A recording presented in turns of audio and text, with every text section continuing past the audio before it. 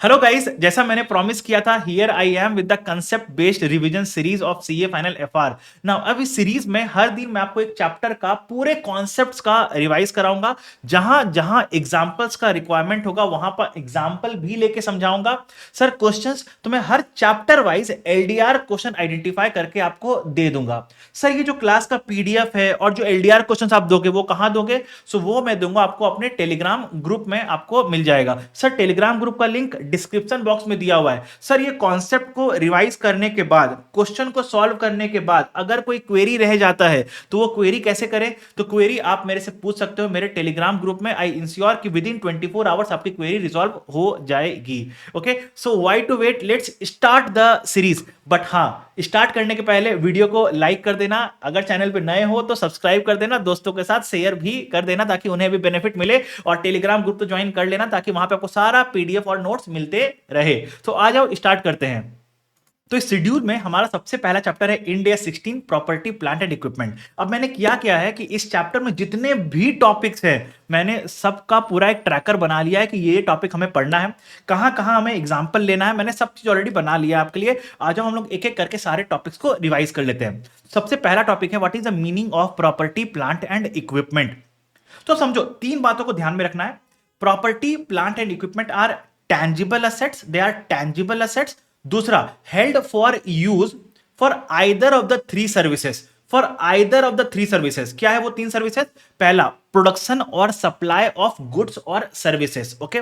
दूसरा, administrative purpose, जैसे किसी कंपनी का कॉर्पोरेट ऑफिस। तीसरा, रेंटल टू अदर्स। ओके, तो क्या हुआ? Tangible assets, held for use for either of the three services, and तीसरा क्या हो गया? Life is more than one period. अगर ये तीनों बातें सेटिस्फाई हो जाती है तो ये मेरा प्रॉपर्टी प्लांट एंड इक्विपमेंट है। Okay, now coming to the second point, what is the scope of Ind AS 16। तो अब इंड एस 16 के स्कोप के लिए देखो, मैंने एक चार्ट बनाया, आपको समझने में बहुत आसानी होगा। अगर मेरे पास कोई टेंजिबल असेट है which I am using it for those three services, वो तीन सर्विस क्या थे? Production of goods, supply of services, या फिर एडमिन पर्पसेस, या फिर रेंटल टू अदर्स। तो अगर ऐसा हो रहा है तो बोला ये आपका इंड एस 16 के स्कोप में आएगा। बट अगर आपके पास कोई टैंजिबल एसेट है जिस आप और आपका बिजनेस ही है उस टैंजिबल एसेट को बेचने का, जैसे मेरे पास एक लैपटॉप है और मेरा बिजनेस ही है लैपटॉप को बेचने का, तो वो मेरा इंड एस 16 के स्कोप में नहीं आएगा, रादर वो मेरा इन्वेंट्री कहलाएगा। ओके, नाउ तीसरा, हमने एक लैपटॉप परचेस किया था खुद यूज करने के लिए, तो जब हमने खुद यूज करने के लिए परचेस किया था तब तो वो इंड एस 16 के स्कोप में आया। लेकिन क्या हुआ, कुछ समय यूज करने के बाद लगा कि नहीं, हमें अब इस लैपटॉप की दरकार नहीं है, चलो इस लैपटॉप को अब हम लोग बेच देते हैं, हम लोग इसको बेच देते हैं ना, then we classify that asset as held for sale. तो वो इंड एस 16 के स्कोप से निकलता है और इंड एस 105 के स्कोप में पहुंच जाता है। ओके, तो वो जब एसेट इंड एस 105 के स्कोप में पहुंच जाता है तो it gets scoped out of Ind AS 16।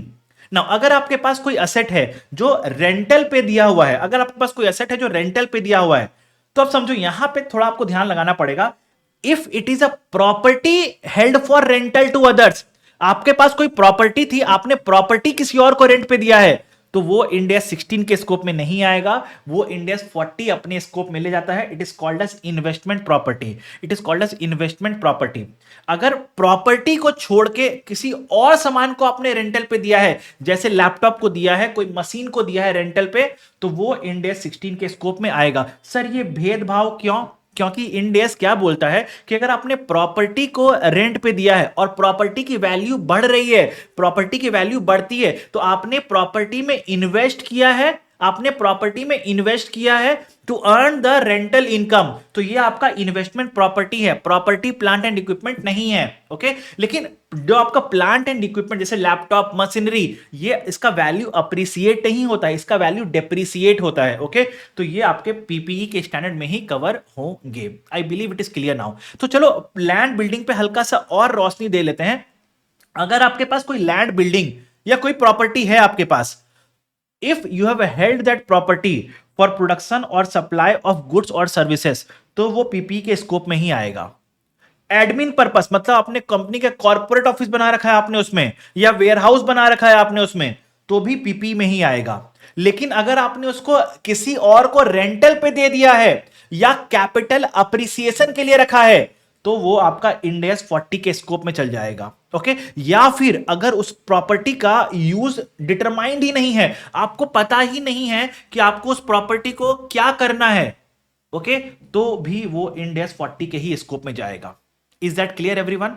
Is that clear everyone? Okay, चलो, तो ये हमने पढ़ लिया मीनिंग और स्कोप। अब हम लोग तीसरे टॉपिक पे पहुंच रहे हैं, रिकॉग्निशन प्रिंसिपल। तो रिकॉग्निशन प्रिंसिपल में दो बात होता है। सब पहले रिकॉग्निशन प्रिंसिपल होता क्या है? बोला अभी तक हमने ये समझा कि प्रॉपर्टी, प्लांट एंड इक्विपमेंट है क्या। अब रिकॉग्निशन प्रिंसिपल बोलता है अगर एक असेट, अगर एक tangible asset qualifies to be a property, plant and equipment, तो क्या हम लोग उसको अपने फाइनेंशियल स्टेटमेंट्स में रिकॉग्नाइज करेंगे? तो वो कंडीशंस क्या है रिकॉग्निशन प्रिंसिपल के? तो स्टैंडर्ड आपको दो कंडीशन दे रहा है। दो कंडीशन क्या है? पहला, उस टैंजिबल असेट से जो भी फ्यूचर इकोनॉमिक बेनिफिट्स आएगा वो एंटिटी के पास आएगा, और उस टैंजिबल असेट को खरीदने में जो कॉस्ट लगा है उसको हम लोग मेजर कर सकते हैं। ओके, तो say in the technical terms it is probable that the future economic benefits will flow to the entity and cost can be measured reliably. अगर ये दोनों कंडीशन सेटिस्फाई होते हैं, मेरी बात को ध्यान सुनना, अगर ये दोनों कंडीशन सेटिस्फाई होते हैं तो हम लोग बोलते हैं कि ये प्रॉपर्टी, प्लांट एंड इक्विपमेंट आपके फाइनेंशियल स्टेटमेंट्स में रिकॉग्नाइज होगा। अगर इन दोनों में से कोई भी एक कंडीशन सेटिस्फाई नहीं होता है तो आपका जितना भी खर्चा लगा है उस टैंजिबल एसेट को खरीदने के लिए, वो सारा का सारा उठ के पी एंड एल में चल जाएगा। वो सारा का सारा उठ के पी एंड एल में चल जाएगा as an expense, as an expense. So I believe आपको रिकॉग्निशन प्रिंसिपल भी क्लियर है। अब आता है आपका मेजरमेंट प्रिंसिपल, और इसमें दो चीजें आती है, एक इनिशियल मेजरमेंट और एक होता है सब्सिक्वेंट मेजरमेंट। तो क्या होता है इनिशियल मेजरमेंट? जिस दिन आप असेट को परचेज करके लाके इनिशियली रिकॉग्नाइज कर रहे हो, उस दिन उस असेट को किस वैल्यू पे मेजर करते हैं उसको बोलते हैं इनिशियल मेजरमेंट। सब्सिक्वेंटली असेट को किस वैल्यू पे मेजर करते हैं उसको बोलते हैं हम लोग subsequent measurement. Okay, now initial measurement is always done at cost only, no other option, but subsequent measurement can be done at cost model or revaluation model, and this is a choice with the entity. Now तो हम लोग अब पहले पढ़ते हैं initial measurement के बारे में, फिर हम लोग पढ़ेंगे सब्सिक्वेंट मेजरमेंट के बारे में। नाउ इनिशियल मेजरमेंट में क्या होता है, आपको कॉस्ट पे रिकॉग्नाइज करते हो। Now what is the meaning of cost? So cost का डेफिनेशन स्टैंडर्ड क्या दे रहा है, देखो, बोल रहा है cost means purchase price of the asset plus non refundable taxes या इंपोर्ट ड्यूटीज कुछ है तो वो ऐड कर देंगे, लेस ट्रेड डिस्काउंट या फिर रिबेट्स तो उसको लेस कर देंगे, ट्रेड डिस्काउंट या रिबेट्स कुछ मिला तो उसको लेस कर देंगे। लेकिन एक बात ध्यान में रखना, एक बात ध्यान में रखना, अगर आपको कोई कैश डिस्काउंट मिला है या सेटलमेंट डिस्काउंट मिला है तो वो आप कॉस्ट से माइनस नहीं करोगे, रादर उसको आप पी एंड एल में लेके जाओगे, उसको आप पी एंड एल में एज इनकम रिकॉग्नाइज करोगे, कॉस्ट से लेस नहीं करना। ओके, इस पे आपके बुक में क्वेश्चन भी है by the name settlement discount, so be very careful, B very careful. Now फिर आता है आपका, देखो मैंने क्या पढ़ा दिया आपको, परचेज प्राइस पढ़ा दिया, नॉन रिफंडेबल टैक्स पढ़ा दिया, ट्रेड डिस्काउंट पढ़ा दिया। अब आते हैं हम लोग इस बोला इसके अलावा कोई भी डायरेक्टली अट्रीब्यूटेबल कॉस्ट आपका लगा हो, कोई भी डायरेक्टली अट्रीब्यूटेबल कॉस्ट आपको लगा हो to bring the asset in the location and condition intended by the management. Management उस असेट को किस तरह यूज करना चाहती है, किस जगह पे यूज करना चाहती है, वहां तक लाने में जितना भी खर्चा हुआ हो सब कुछ कैपिटलाइज कर देंगे, सब कुछ कैपिटलाइज कर देंगे। Any directly attributable cost incurred to bring the asset to the intended location and condition will be capitalize to the cost of the asset. Okay, now अब यहां पे क्या हुआ ना बच्चों कि यहां पे स्टैंडर्ड ने एक खुला छूट दे दिया हमें। ओके, तो अब यहां पे एंटिटीज के लिए एक हो गया कि यहां पे तो हम लोग कुछ भी लाके कैपिटलाइज कर सकते हैं, तो इसलिए स्टैंडर्ड ने दो बातें और बताई। अब क्या बोला, देखो जिस दिन वो असेट इंटेंडेड लोकेशन और कंडीशन में आ गया उसके बाद से कोई भी कॉस्ट कैपिटलाइज नहीं होगा, point number 1। Point number 2, standard ने क्या बोला, ये वाले कॉस्ट में कुछ स्पेसिफिक कॉस्ट्स हैं जो इसमें कैपिटलाइज नहीं हो सकते हैं। तो स्पेसिफिक कुछ एक्सक्लूजन्स दे दिया है, स्पेसिफिक कुछ एक्सक्लूजन्स दिया है और कुछ इंक्लूजन्स का एग्जाम्पल दे दिया कि देखो इन कॉस्ट का क्या एग्जाम्पल है वो दे दिया, और बोला कि ये कॉस्ट इसमें एक्सक्लूड रहेगा। तो आ जाओ वो भी देख लेते हैं हम लोग। तो क्या क्या इंक्लूड होगा उसका एग्जाम्पल दिया हुआ, जैसे बोला अगर हम लोग लेट सपोज कोई बिल्डिंग कंस्ट्रक्ट करा रहे हैं, बिल्डिंग को कंस्ट्रक्ट कराने के लिए हमने इंप्लॉइज रखे हैं, राइट, लेबर्स रखे हैं, उन लेबर्स को अगर हम लोग सैलरी दे रहे हैं तो जी हां वो कैपिटलाइज होगा। ओके, जिस साइट पे कंस्ट्रक्शन होगा उस साइट को प्रिपरेशन का कोई खर्चा होगा जो जी हां कैपिटलाइज होगा, डिलीवरी या हैंडलिंग कॉस्ट कैपिटलाइज होगा, इंस्टॉलेशन कॉस्ट कैपिटलाइज होगा, प्रोफेशनल फीस कैपिटलाइज होगा, इनिशियल आप असेट को जो अपने पास लेके आए तो उसको पहले टेस्ट करोगे तो बोला टेस्ट करने में जो खर्चा लगेगा वो भी कैपिटलाइज होगा। बोला अगर कोई ओवरहेड्स लगा है, अगर आपका कोई ओवरहेड्स लगा है and if it is directly attributable overheads तो वो भी कैपिटलाइज होगा। अब यहां पे कुछ स्पेसिफिक एक्सक्लूजन्स भी दिया हुआ है, वो क्या बोला, स्टाफ को ट्रेनिंग देने का कुछ अगर कॉस्ट लगा है तो वो कैपिटलाइज नहीं होगा, अगर कुछ एडवर्टीजमेंट या प्रमोशनल नेचर का खर्चा लगा है तो वो कैपिटलाइज नहीं होगा, cost of opening a new facility capitalize नहीं होगा, cost of relocating and reorganizing the entity's operations capitalize नहीं होगा, किसी नए प्रोडक्ट को लॉन्च कर रहे हो, इंट्रोड्यूस कर रहे हो, उसमें कुछ खर्चा लगा वो कैपिटलाइज नहीं होगा, cost incurred after an item is capable of being operated in a manner intended by the management, मतलब अगर आपका असेट इंटेंडेड लोकेशन और कंडीशन पे आ गया है उसके बाद कुछ खर्चा लगा है तो वो भी कैपिटलाइज नहीं होगा, असेट को परचेस करके लाए उसमें इनिशियली कुछ ऑपरेटिंग लॉसेस हो गया, मतलब असेट को परचेस करके लाए उससे सामान बनाए हम लोग, अब बनाने का खर्चा लगा 10 रुपया, हम जो मार्केट में बेचे उसको बेचे 8 रुपए में, तो 2 रुपया का मेरा नुकसान हो गया, तो बोला वो लॉसेस है, ऑपरेटिंग लॉसेस है, वो भी कैपिटलाइज नहीं होगा। नाउ ओवरहेड्स कैपिटलाइज नहीं होगा if it is allocated overheads या जनरल एडमिन ओवरहेड्स, तो ये भी कैपिटलाइज नहीं होगा। सर लेकिन आपने तो अभी बोला था ना ओवरहेड्स कैपिटलाइज होगा, मैंने क्या बोला था, if it is directly attributable overheads तो कैपिटलाइज होगा, if it is allocated overheads तो कैपिटलाइज नहीं होगा। ओके, तो ये एक समरी मैंने आपके लिए बना दिया तो कि आपको आसानी होगा समझने में। ओके, नाउ अब यहां पे कुछ बातें और रह गई है जो मुझे डिस्कस करना है, तो आ जाओ उसको भी डिस्कस करते हैं। बोला अगर आपको जो असेट आपने परचेज करके लाया है उस असेट को में आपको लेट सपोज कुछ डीकमीशनिंग का या रिमूवल का या रीस्टोरेशन का कुछ खर्चा लगने वाला है at the end of the life of the asset, तो उसको भी कैपिटलाइज करेंगे। क्यों?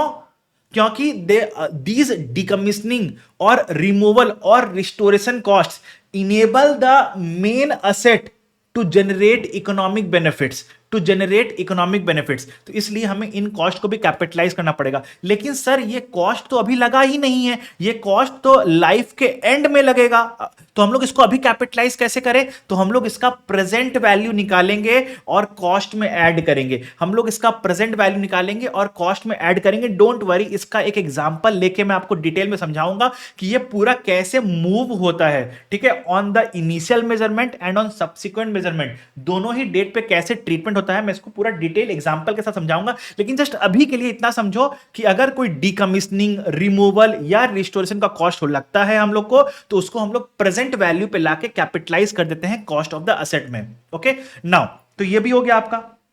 अब आता है फाइनेंस कॉस्ट। तो लेट सपोज फाइनेंस कॉस्ट दो तरह का होता है, आपको समझना जरूरी है यहां पे। पहला तरह का, हमने असेट परचेस किया, हमने अभी असेट परचेस किया और हमने असेट परचेस किया है ईएमआई मॉडल पे। तो क्या हुआ, लेट सपोज अगर हम लोग असेट को आज परचेस किए और आज ही उसका पैसा दे देते तो मेरे को लगता लेट सपोज 1,00,000 रुपीस, लेकिन मैंने ईएमआई पे लिया तो डेफिनेटली मेरे को इंटरेस्ट भी देना पड़ेगा उस पे, मेरे को इंटरेस्ट भी देना पड़ेगा उस पे। तो बोला ये जो इंटरेस्ट है ना, इस इंटरेस्ट को हम लोग कैपिटलाइज नहीं करते हैं क्योंकि इस इंटरेस्ट से मेरे को अलग से कोई फायदा नहीं है। या फिर हम लोग ऐसा ही बोल सकते हैं, दिस इंटरेस्ट कॉस्ट जो लग रहा है वो कब लग रहा है, देखो हमने आज असेट को परचेस किया, हमने आज असेट को परचेस किया, राइट, तो मेरा आज असेट जो है मेरा इंटेंडेड लोकेशन और कंडीशन पे आ गया ना, ये फाइनेंस कॉस्ट तो आज के बाद अक्रू होगा, आज के बाद अक्रू होगा। तो इसलिए any cost incurred after the asset is reaching the intended location या condition can not be capitalize, इसलिए ये वाला फाइनेंस कॉस्ट कैपिटलाइज नहीं हो सकता है। ओके ये वाला पॉइंट समझ में आ गया। अगर डेफर्ड पेमेंट टर्म्स वाला फाइनेंस कॉस्ट है तो वो कैपिटलाइज नहीं करोगे, उसको हम लोग माइनस कर देते हैं। दूसरा पॉइंट, आपने असेट को परचेज नहीं किया है, आपने असेट को कंस्ट्रक्ट कराया है, खुद से कंस्ट्रक्ट कराया है, और जब कंस्ट्रक्ट कर रहे थे तो आपने लोन लेके कंस्ट्रक्ट कराया है। तो जब लोन लेके कंस्ट्रक्ट कराए तो उसमें लोन में इंटरेस्ट भी लगा होगा। बोला ये वाला इंटरेस्ट कैपिटलाइज करेंगे हम लोग। क्यों ये वाला इंटरेस्ट क्यों कैपिटलाइज करेंगे? तो देखो यहां पे इंटरेस्ट कब लग रहा है, यहां पे इंटरेस्ट कब लग रहा है, असेट जब बन रहा है तब इंटरेस्ट लग रहा है। Means this cost are incurred before the asset is reaching the intended location या कंडीशन, तो ये वाला कैपिटलाइज हो जाएगा आपका। ओके तो ये वाला फाइनेंस कॉस्ट आपका कैपिटलाइज हो जाएगा under the scope of Ind AS 23। Under the scope of Ind AS 23 borrowing cost capitalize होता है। अगर आपका असेट क्वालिफाइंग असेट होता है तो वो कैपिटलाइज हो जाता है। Assuming property plant and equipment आपका क्वालिफाइंग असेट है तो उस पर अगर कोई फाइनेंस कॉस्ट लगा है तो वो कैपिटलाइज हो जाएगा आपका। ओके कैश डिस्काउंट मैंने बता दिया कैपिटलाइज नहीं होता है, ये पीएनएल में इनकम जाएगा। Capitalization ceases once the asset reaches the intended location and condition, उसके बाद हम लोग कोई भी कैपिटलाइज नहीं कर सकते हैं। Now, अब आता है आपका provision for decommissioning removal and restoration costs. जो डिसमेंटलिंग रिमूवल और रिस्टोरेशन कॉस्ट है ना, it can be a legal obligation या it can be a constructive obligation. जैसे एग्जांपल लेट सपोज अगर हम लोग ओशन में ऑयल रिग इंस्टॉल कर रहे हैं तो डेफिनेटली मोदी जी आके बोलेंगे कि यहां पे जो तुमने ऑयल रिग इंस्टॉल किया है और कुछ सालों तक तुम यहां से ऑयल को एक्सट्रैक्ट करोगे तो ये एरिया खराब हो जाएगा। तो जब तुम ऑयल रिग को यहां से अनइंस्टॉल करोगे, डिकमीशन करोगे, तो इस एरिया को रीस्टोर करके जाना। So it's a legal obligation. It's a legal obligation. Now, Modi ji कुछ नहीं बोले लेकिन मेरे कंपनी का पॉलिसी है कि अगर हमने कोई नेचुरल रिसोर्सेज को यूज किया है तो हम लोग उसको रीस्टोर करके जाएंगे। So it's a constructive obligation. So decommissioning removal और restoration cost can be either constructive or legal obligation, but चाहे वो कंस्ट्रक्टिव हो या लीगल ऑब्लिगेशन हो, अकाउंटिंग में फर्क नहीं पड़ता है ना। अकाउंटिंग क्या होगा, क्योंकि ये जो ऑब्लिगेशन है इसको आपको सेटल करना है at the end of the life of the asset, लेकिन कैपिटलाइज इनिशियल रिकॉग्निशन में करना है, इनिशियल मेजरमेंट में करना है। तो हम लोग को क्या करना पड़ेगा, उस अमाउंट का हमें प्रेजेंट वैल्यू निकाल के कॉस्ट ऑफ द असेट में कैपिटलाइज करना पड़ेगा। तो एंट्री क्या बनेगा, असेट में हम लोग कैपिटलाइज करेंगे, मतलब असेट अकाउंट डेबिट। जो अमाउंट है क्या हमने पे कर दिया, अगर पे कर देते तो बैंक लिख देते, क्या हमने पे कर दिया, नहीं, पे करना है। So it's my liability, it's my liability, but is the amount certain, no. सो ये एक एस्टिमेटेड अमाउंट है, जो लाइफ के एंड में कितना अमाउंट लगेगा हमने वो एस्टिमेट किया है, वो हमने एस्टिमेट किया है। तो ये लायबिलिटी नहीं, ये आपका प्रोविजन हो गया। तो एंट्री क्या बनता है, asset account debit to provision for dismantling removal और restoration cost, which we say it as DRRC। तो ये आपका इनिशियल अकाउंटिंग होता है। सब्सिक्वेंटली क्या करोगे, आप अपने असेट को over the useful life depreciate करोगे। इस प्रोविजन को हम लोग अनवाइंड करेंगे एंड रिकॉर्ड करेंगे क्या, फाइनेंस कॉस्ट। अनवाइंड करेंगे एंड रिकॉर्ड करेंगे क्या, फाइनेंस कॉस्ट। और eight the end of the life of the asset इस प्रोविजन को हम लोग पे ऑफ कर देंगे, इस प्रोविजन को हम लोग पे ऑफ कर देंगे। तो चलो इसको एग्जांपल समझते हैं। बोला on 1 April 20x4 A limited ने एक ऑयल रिग परचेज किया 10 लाख में, इंस्टॉलेशन कॉस्ट इनकर किया 2 लाख का। ओके तो ये कैपिटलाइज होगा 2 लाख। फिर बोल रहा है ए लिमिटेड एस्टिमेट्स, उन्हें एस्टिमेट किया है कि डीकमिशनिंग एंड रिस्टोरेशन का खर्चा लगेगा मेरे को 6 लाख। ये कब लगेगा, लाइफ के एंड में। तो लाइफ कितना है, 3 इयर्स, मतलब ये 6 लाख का खर्चा लगेगा मेरे को 3rd ईयर के एंड में।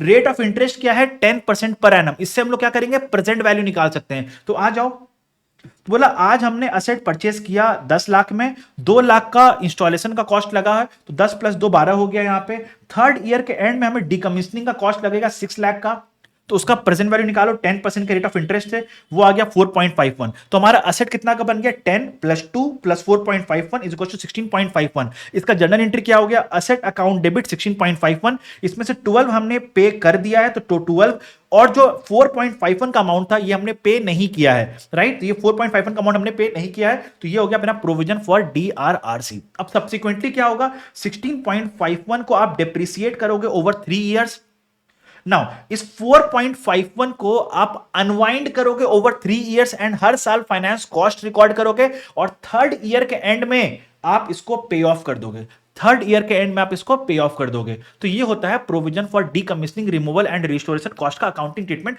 अब इसमें एक बात और होता है, क्योंकि ये एक एस्टीमेट है, क्योंकि ये एक एस्टीमेट है और एस्टीमेट का नेचर क्या होता है कि वो चेंज हो सकता है, वो चेंज हो सकता है। तो एस्टीमेट्स चेंज होने का अकाउंटिंग भी समझना पड़ेगा, लेकिन वो हम लोग थोड़े लेट से समझेंगे, थोड़ा देर बाद समझेंगे, इसी सेशन में समझेंगे लेकिन थोड़ी देर बाद। ओके, तो जब पॉइंट नंबर 9 में आएंगे तब समझेंगे हम लोग। सो this is the accounting treatment of provision for DRRC। I believe आपको ये वाला पॉइंट समझ में आया होगा। नाउ अब आता है कॉन्सेप्ट ऑफ सब्सिक्वेंट कॉस्ट। अभी सब्सिक्वेंट कॉस्ट क्या होता है? Any cost incurred after the asset reaches it's intended location and intended condition. Okay, इसके बाद and during the life of the asset अगर कोई भी कॉस्ट लग रहा है तो उसको बोलते हैं सब्सिक्वेंट कॉस्ट। लेकिन सर आपने तो बोला था ये वाले कॉस्ट को हम लोग कैपिटलाइज नहीं कर सकते हैं। जी हाँ, मैंने ये बोला था कि इस कॉस्ट को कैपिटलाइज नहीं कर सकते, लेकिन यहाँ पे स्टैंडर्ड क्या बोल रहा है सुनो। स्टैंडर्ड बोल रहा है these subsequent cost ideally can not B capitalised but if it improves the future economic benefits of the asset, if it increases the future economic benefits of the asset, yes we can capitalize the same। okay, now अब आपका subsequent cost जो है तीन तरह का होता है। एक होता है repairs and maintenance, day to day repairs और मेंटेनेंस। बताओ अगर आप किसी असेट को डे टू डे सर्विसिंग करा रहे हो, रिपेयर्स और मेंटेनेंस करा रहे हो, is it increasing the future economic maintenance, future economic benefits of the asset? No. So इसमें के पर्टेनिंग जो भी खर्चा लगेगा वो जाएगा आपका P&L में, वो कैपिटलाइज नहीं होगा। लेकिन अगर आप अपने असेट को रेगुलर लेवल पे, रेगुलर इंटरवल्स पे इंस्पेक्शन करा रहे हो, जैसे एक एयरक्राफ्ट है हर 4 साल में एक बार उसको इंस्पेक्शन कराना मैंडेटरी है, तो बोला these inspection cost has to be capitalized to the cost of aircraft. बोला जैसे कोई एक मशीन है, उसका कोई एक पार्ट है, कोई एक कंपोनेंट है जिसका लाइफ लेट सपोज, मशीन का लाइफ तो 20 साल है लेकिन उस कंपोनेंट का लाइफ लेट सपोज 5 साल है, तो 5 साल के बाद उस कंपोनेंट को हमें रिप्लेस करना पड़ेगा, नया कंपोनेंट लगाना पड़ेगा। तो क्या वो देखो कंपोनेंट खत्म हुआ तो मेरे एसेट का इकोनॉमिक बेनिफिट गिर गया, तो जब हम लोग कंपोनेंट नया कंपोनेंट लगाएंगे तो मेरे एसेट का इकोनॉमिक बेनिफिट इंक्रीज होगा ना। तो ये मेरा इकोनॉमिक बेनिफिट इंक्रीज हो रहा है, तो again yes we will capitalize the replacement cost, we will capitalize the replacement cost को हम लोग कैपिटलाइज करेंगे। लेकिन यहां पे एक कैच है, जिस दिन हम लोग इंस्पेक्शन को या रिप्लेसमेंट को कैपिटलाइज कर रहे हैं और अगर पुराने वाले कंपोनेंट का कुछ कैरिंग अमाउंट रह गया है तो उसको हम लोग डी रिकॉग्नाइज कर देते हैं। सर एग्जांपल से बताओ ना, लेट सपोज हमने एयरक्राफ्ट लिया था और जिस दिन एयरक्राफ्ट लिया उस दिन हमने इंस्पेक्शन भी कराया था, और इंस्पेक्शन कराया था लेट सपोज 5 लाख रुपए लगा के इंस्पेक्शन कराया था और हमें लगा था कि इसका लाइफ होगा 5 साल। तो हम लोग क्या किए होंगे, एक एक लाख रुपया हर साल डिप्रिसिएट किए होंगे। लेकिन थर्ड ईयर एंड में जाके लगा कि नहीं नहीं, अब गवर्नमेंट का रेगुलेशंस चेंज हो गया, अब हमें हर 3 साल पे ही इसको इंस्पेक्शन कराना पड़ेगा। तो थर्ड ईयर एंड में आए, हमें इंस्पेक्शन कराना पड़ा। तो जब थर्ड ईयर एंड में आए, हमने इंस्पेक्शन कराया, तो जो पुराने इंस्पेक्शन का 2 लाख का कैरिंग अमाउंट भी तो पेंडिंग था ना, क्या इसका कोई वैल्यू है? अब नहीं, तो हमें इसको डी रिकॉग्नाइज करना पड़ेगा और थर्ड ईयर एंड पे जो इंस्पेक्शन का कॉस्ट लगा उसको कैपिटलाइज करना पड़ेगा। उसी तरह से रिप्लेसमेंट में भी, लेट सपोज एक मशीन है, उस मशीन में एक टरबाइन है, ओके, इंजन है, तो वो इंजन का लेट सपोज हमें लगा था कि उसका लाइफ जो है वो 5 साल होता और हमें हमारा कॉस्ट लगा था 5 लाख रुपया। तो हम लोग क्या कहते, 1 लाख रुपया हर साल करके डिप्रिसिएट कर रहे थे। लेकिन थर्ड ईयर एंड में जाके वो टरबाइन खराब हो गया और उसका कोई भी वैल्यू नहीं है अब, तो हमें रिप्लेस करना पड़ेगा टरबाइन को। तो हम लोग जो ओल्ड टरबाइन है उसको निकाल के फेंकेंगे, डी रिकॉग्नाइज करेंगे, और जो नया टरबाइन को खरीदने का कॉस्ट लगा उसको हम लोग कैपिटलाइज करेंगे, ओके। तो जो ओल्ड टरबाइन का कैरिंग अमाउंट कितना रहा होगा, 2 लाख, उसको डी रिकॉग्नाइज। न्यू टरबाइन का कॉस्ट जितना भी लगा होगा उसको हम लोग कैपिटलाइज करेंगे, और तो हम लोग निकालेंगे रिवाइज्ड कैरिंग अमाउंट। आई बिलीव आपको ये वाला कॉन्सेप्ट समझ में आया होगा। तो इसके पर्टेनिंग मेरे पास 2 एग्जांपल है आपके साथ, जो मैं आपके साथ डिस्कस करना चाहता हूं। तो आ जाओ उन दोनों एग्जांपल को डिस्कस कर लेते हैं। तो इस रिप्लेसमेंट अकाउंटिंग को समझाने के लिए मैंने आपके साथ 2 एग्जांपल लेना है, और 2 एग्जांपल की उसका लॉजिक बताता हूं। पहला एग्जांपल मैं ले रहा हूं कि हमें ब्रेकअप ऑफ कॉस्ट पता है। लेट सपोज हमारे पास एक बड़ा मशीन था, उसमें से एक टरबाइन था, और वो टरबाइन का हमें इनिशियल हमें मालूम था कि मशीन का लाइफ इतना है, टरबाइन का लाइफ इतना है, और टरबाइन का वैल्यू इतना है, मशीन का वैल्यू इतना है, और इसे हमें बाद में रिप्लेस करना है। तो हमें ब्रेकअप ऑफ कॉस्ट मालूम था। तो यहां पे हमारे लिए चीजें आसान होती है आपके लिए, क्योंकि कैरिंग अमाउंट ढूंढना आसान होता है। सर समझ में नहीं आ रहा, चलो पहले एक बार एक क्वेश्चन लेता हूं, उसके बाद इसका लॉजिक समझाऊंगा। आ जाओ। A limited has a heavy machinery, बोला एक मशीनरी है जिसका कॉस्ट 100 लाख है, और बोला इसमें ना 100 लाख में क्या आ रहा है, एक टरबाइन है जिसका कॉस्ट 30 लाख है, और पूरा और जो बाकी का मशीन है उसका कॉस्ट 70 लाख है। ओके। बोला एस्टिमेट लाइफ, मशीन का लाइफ कितना है, 10 साल। बोला लेकिन टरबाइन का लाइफ सिर्फ 4 साल है, टरबाइन का लाइफ सिर्फ 4 साल है। बोला eight the end of third year the turbine requires replacement, turbine को हमें रिप्लेस करना पड़ेगा eight the end of third year. देखो लाइफ कितना था, 4 years, but third year and में ही हमें रिप्लेस करना पड़ गया। तो थर्ड ईयर एंड में टरबाइन का कुछ कैरिंग अमाउंट बचा होगा, तो हमें उस कैरिंग अमाउंट को हटाना पड़ेगा, और जो नए टरबाइन का जो कॉस्ट होगा उसे कैपिटलाइज करना पड़ेगा। तो आ जाओ कैसे करते हैं। तो हमारे इनिशियल कॉस्ट लगा था 100 लाख, टरबाइन का कॉस्ट था 30 लाख, और रेस्ट ऑफ द मशीन का कॉस्ट था 70 लाख। टरबाइन का लाइफ था 4 years, rest of the machine का लाइफ था 10 इयर्स। ओके। नाउ अब देखो टरबाइन का यहां पे वैल्यू कितना होगा, डेप्रिसिएशन देखो तो 30/4 इज 7.5 हो गया। 30/4 इज 7.5, 3 साल का डेप्रिसिएशन करना है तो इंटू 3 22.5 का डेप्रिसिएशन हो गया टरबाइन का। Now rest of the machine का डिप्रेशन कितना होगा, 70/10 इज 7 पर ईयर। 7 इंटू 3 कितना हो गया, 21 हो गया, 3 साल का डिप्रेशन। तो कैरिंग अमाउंट कितना बचा थर्ड ईयर एंड में, टरबाइन का बचा 30 minus 22.5 is 7.5। Rest of the machine का कितना बचा, 70 माइनस 21 इज 49। राइट नाउ अब हमें क्या करना है, टोटल कैरिंग अमाउंट कितना हो गया, 7.5 प्लस 49 इज 56.5।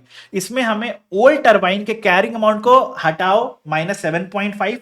नए टरबाइन का कॉस्ट कितना लगा, नए टरबाइन का कॉस्ट कितना लगा, 45 लाख। इसको ऐड करो 45, तो ये आ गया आपका revised carrying amount at year end 3, at year end 3। तो देख रहे हो रिप्लेसमेंट में हम लोग नए टरबाइन के कॉस्ट को कैपिटलाइज कर रहे हैं हम लोग। ओके। तो ये एक सिंपल सा एग्जांपल था। अब इसी एग्जांपल को मैं हल्का सा कॉम्प्लेक्स बनाना चाह रहा हूं। कॉम्प्लेक्स क्या बनाऊंगा मैं, यहां इस एग्जांपल में जो सेकंड एग्जांपल है मेरे पास, उसमें क्या बोलूंगा कि हमारे पास ये वाला ब्रेकअप अवेलेबल नहीं था। देखो ये ब्रेकअप अवेलेबल होने से चीजें कितनी आसान हो गई कि हमें पता था कि इस दिन टरबाइन का कैरिंग अमाउंट क्या है। लेकिन अगर ये ब्रेकअप ही नहीं पता होगा तो हम लोग पता ही नहीं होगा कि टरबाइन का कैरिंग अमाउंट क्या है। अगर टरबाइन का कैरिंग अमाउंट क्या है वो नहीं पता होगा तो हम लोग डी रिकॉग्नाइज कैसे करेंगे। So that's a question. Okay. तो आ जाओ इस पे हम लोग सॉल्व करते हैं। और ये वाला आपके बुक में क्वेश्चन भी है, अगर आपको याद होगा एमएस लिमिटेड बोल के आपके बुक में क्वेश्चन है। Okay. Now that will be one of your LDR questions. तो इसमें क्या बोल रहा है, ए लिमिटेड हैवी मशीनरी एक्वायर किया है, अगेन कॉस्ट वहीं 100 लाख है, लेकिन अब यहां पे इंपॉर्टेंट क्या आ गया, with no breakdown of the component parts available. Component parts का कोई भी ब्रेकडाउन अवेलेबल नहीं है। लाइफ अगेन सेम है, लाइफ अगेन सेम है 10 इयर्स।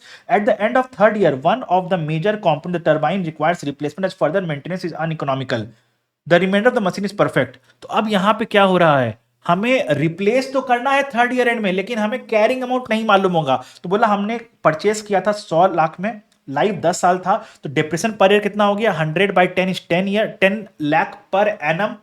3 साल के लिए हमने एसेट को यूज किया, तो डिप्रिसिएट कितना किया होगा, 10 इंटू 3 30। तो कैरिंग अमाउंट कितना बचा, 70।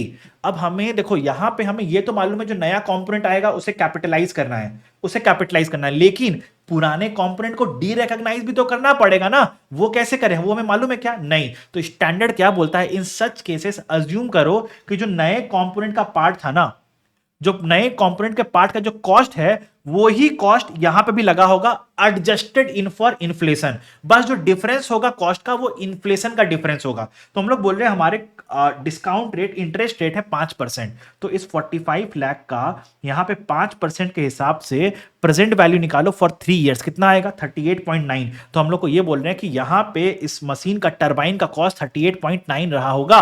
अब बताओ हमने इस 38.9 को कैसे डिप्रिशिएट किया है, ओवर 10 इयर्स। तो हम लोग ओवर 10 इयर्स डिप्रिशिएट किया है, बट हमें डिप्रिशिएट करना कितना है, 3 साल के लिए। तो 38.9 10 ईयर्स पे डेप्रिसिएट किया है, 3 साल के लिए डेप्रिसिएट करना है, तो उसका कैरिंग अमाउंट कितना बचा होगा, 27.2 बचा होगा कैरिंग अमाउंट। तो हम लोग इसको डी रिकॉग्नाइज करेंगे, इस कैरिंग अमाउंट को, इस कैरिंग अमाउंट को डी रिकॉग्नाइज करेंगे। ओके, तो हमारा रिवाइज्ड कैरिंग अमाउंट कितना आ जाएगा, 87.80। अब मैं आपको यहां पे ये बताना चाहता हूं कि जब रिप्लेसमेंट होता है तो उसका अकाउंटिंग ट्रीटमेंट कैसे करते हो। तो जो नया पार्ट आप ला के असेट में ऐड कर रहे हो, उसके लिए क्या करोगे, machine account debit to bank, कोई दिक्कत वाली बात नहीं है, machine account debit to bank. जो पुराना पार्ट जिसको आप हटा रहे हो, डी रिकॉग्नाइज करो, उसके लिए क्या करोगे, जो पार्ट को हम लोग डी रिकॉग्नाइज करेंगे और impact goes on to P and L, impact goes on to P and L. It's a loss for the company, it's a loss for the company. So I believe आपको ये समझ में आ गया कि inspection और रीप्लेसमेंट्स में हम लोग कैपिटलाइज करते हैं जो नया कॉस्ट लगा, पुराना अगर कुछ कैरिंग अमाउंट बचा हुआ तो उसको हम लोग हटाते हैं। ओके, तो आपको ये वाला कॉन्सेप्ट भी समझ में आ गया होगा, आई बिलीव सो। ना अब आता है आपका सब्सिक्वेंट मेजरमेंट। तो हमने अभी तक क्या क्या पढ़ा, देखो तो फटाफट। हमने पढ़ लिया है meaning of property plant equipment, scope, recognition principle, initial measurement में मीनिंग ऑफ कॉस्ट, इंक्लूजन और exclusion, provision for DRRC, subsequent cost. अब आता है हमारा सब्सिक्वेंट मेजरमेंट। तो सब्सिक्वेंट मेजरमेंट जैसा मैंने आपको बताया था कि it can be done at either cost model or revaluation model, लेकिन the choice of cost model और रिवैल्यूएशन मॉडल एंटिटी के पास है।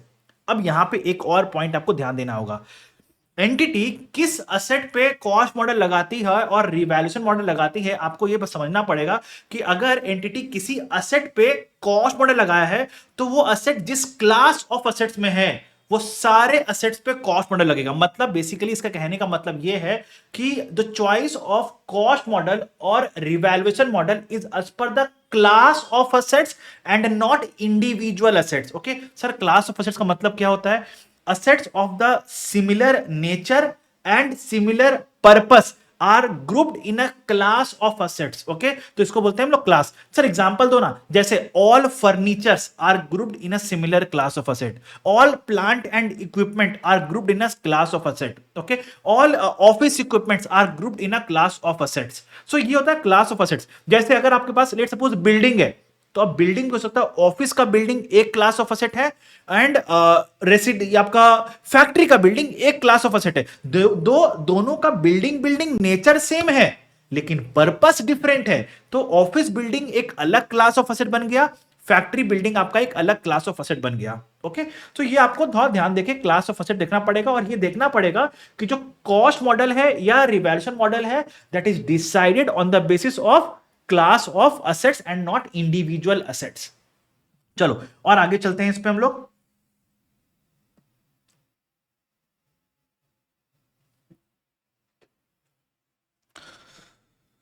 फ्रीक्वेंसी, अगर हम लोग रीवैल्यूएशन मॉडल ऑप्ट किए हैं तो क्या हम लोग हर साल रीवैल्यू करें असेट को, नहीं। तो स्टैंडर्ड बोलता है जिस समय हमें लगता है, एंटिटी बिलीव्स कि आपके असेट का जो कैरिंग अमाउंट है ना, आपके असेट का carrying amount differs materially from the fair value of the asset. Okay, differs materially from the fair value of the asset, तो आपको रिवैल्यूएशन कर लेना चाहिए, तो आपको रिवैल्यूएशन कर लेना चाहिए। Okay, now generally it is done once in 3 to 5 years. Okay, और बट अगर आपका फेयर वैल्यू बहुत ही हाईली वॉलेटाइल नेचर का है तो हाँ, हम लोग एनुअल रिवैल्यूएशन भी कर सकते हैं इन दैट केस। नाउ रिवैल्यूएशन का तरीका क्या होता है, तो रिवैल्यूएशन करने का दो अप्रोच है, एक है डेप्रिसिएशन एलिमिनेशन अप्रोच और दूसरा होता है रीस्टेटमेंट अप्रोच। सर दोनों का तरीका क्या होता है बताओगे एक बार, चलो बताता हूं, एग्जांपल लेके बताऊं।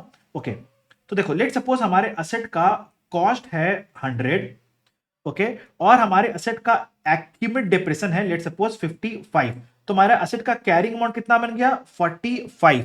ओके, और इस एसेट का फेयर वैल्यू है लेट सपोज 65।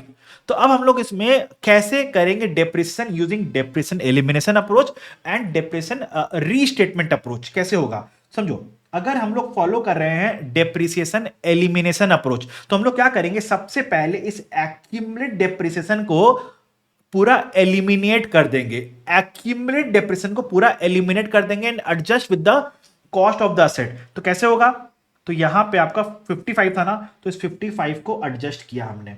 तो अब बताओ ये एडजस्ट करने के बाद एक्यूमुलेटेड डेप्रिसिएशन तो जीरो हो गया, मेरे असेट का कॉस्ट कितना बन गया 100 था, 55 एडजस्ट किया, कॉस्ट कितना बन गया 45, असेट का फेयर वैल्यू कितना है 65, तो 20 का हमें इंक्रीज करना पड़ेगा, तो 20 से हमने इसको इंक्रीज कर दिया, 20 से हमने इसको इंक्रीज कर दिया। So this is called as depreciation elimination approach.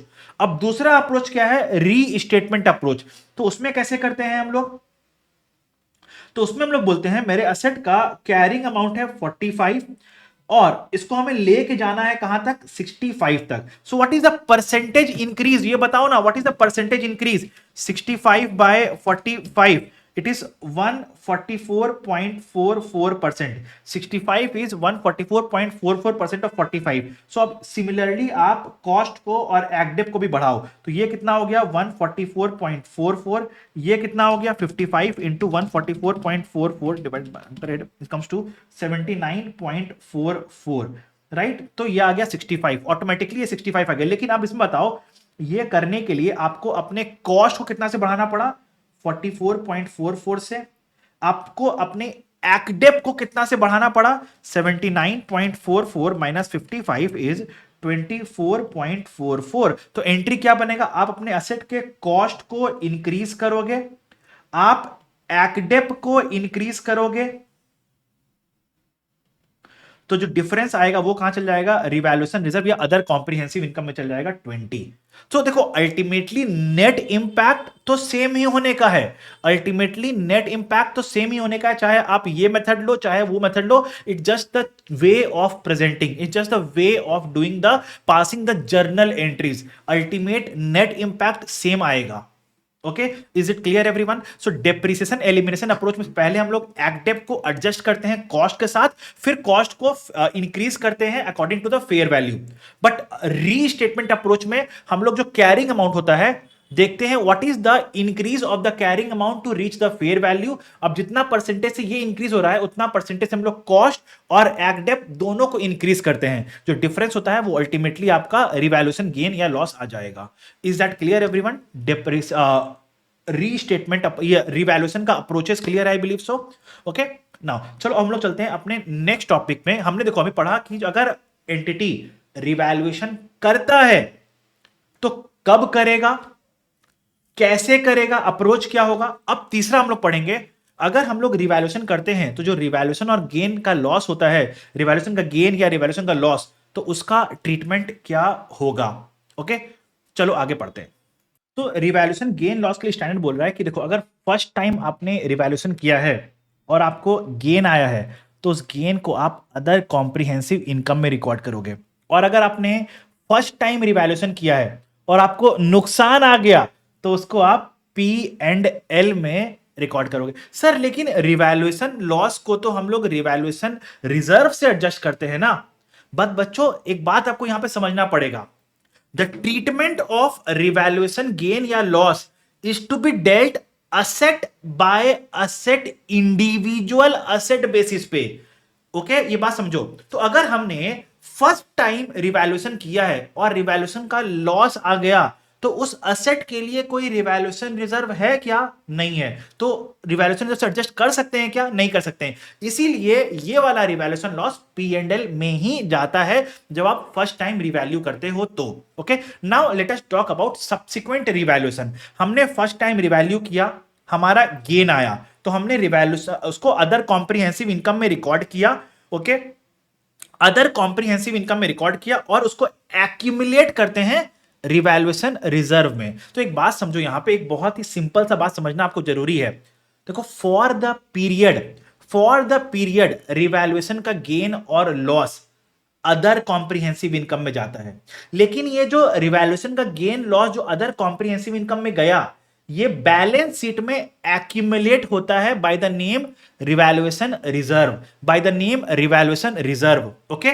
तो समझो यहां पे जो फर्स्ट टाइम आपने रिवैल्यू किया तो वो कहां गया, अदर कॉम्प्रिहेंसिव इनकम में गया, अदर कॉम्प्रिहेंसिव इनकम से होते हुए कहां चला गया, रिवैल्यूएशन रिजर्व में। जो आपने सेकेंड टाइम रिवैल्यू किया फिर से रिवैल्यूएशन का गेन आ गया तो ये कहां जाएगा, ये जाएगा अदर कॉम्प्रिहेंसिव इनकम में और एक्यूमुलेट हो जाएगा रिवैल्यूएशन रिजर्व में, एक्यूमुलेट हो जाएगा रिवैल्यूएशन रिजर्व में। नाउ अगर आपने सब्सिक्वेंट रिवैल्यूएशन में रिवैल्यूएशन का नुकसान आ गया तो ये कहां जाएगा, जाएगा अदर कॉम्प्रिहेंसिव इनकम में, फिर एडजस्ट हो जाएगा कहां से, रिवैल्यूएशन रिजर्व से एडजस्ट हो जाएगा। लेकिन अगर अगर लेट सपोज मेरा टोटल एक्यूमुलेटेड रिवैल्यूएशन रिजर्व था 80 का और मेरा रिवैल्यूएशन का नुकसान हो गया 90 का, तो क्या करें? तो 80 तक का रिवैल्यूएशन का नुकसान, रिवैल्यूएशन लॉस, रिवैल्यूएशन रिजर्व अपने से एडजस्ट कराएगा।